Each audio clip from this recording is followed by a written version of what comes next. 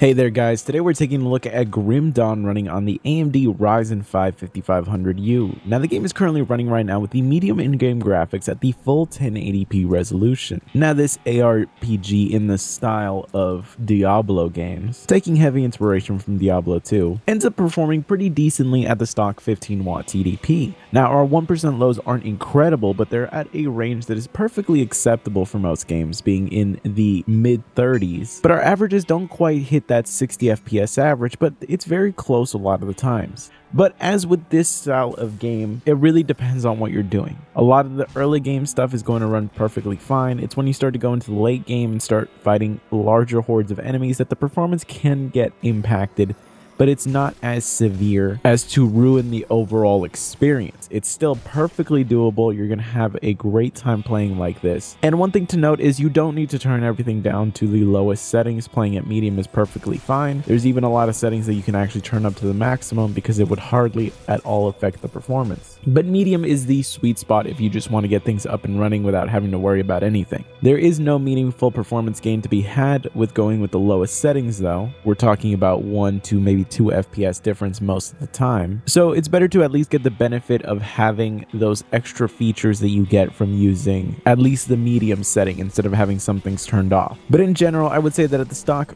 15W TDP, the game is perfectly playable. But if we raise the TDP up to 25 watts, you will actually find that the game sees no performance uplift whatsoever, really. The GPU will actually stay locked at its maximum clock speed pretty much all of the time. But in general, we actually don't see really any of a performance uplift. Overall, by the end of just this run, we ended up with a 1% low difference of just 2 FPS, and our averages saw pretty much no meaningful uplift. So in general, what this means is that the overall gaming experience is going to be pretty much identical between the two settings. Now, it's unfortunate that we aren't able to boost the FPS average to at least get above 60, but it does mean that if you're on a system that is TDP limited, that you can't raise the TDP on, or raising the TDP just causes insane temperature spikes, then you're at least going to be able to play the game perfectly fine on this system with just the stock 15W TDP. Now, this game is always on sale pretty much all the time for a really low price. If you're interested in picking this up, I would hunt around for it or just wait until there is a seasonal sale happening. It's one of those games that almost always ends up getting you a really nice price, and it performs really well on here, and you can get a lot of content out of this game on such a cheap system. So I would definitely recommend picking it up. If you're interested in checking out a system with this specific chip, check the description down below.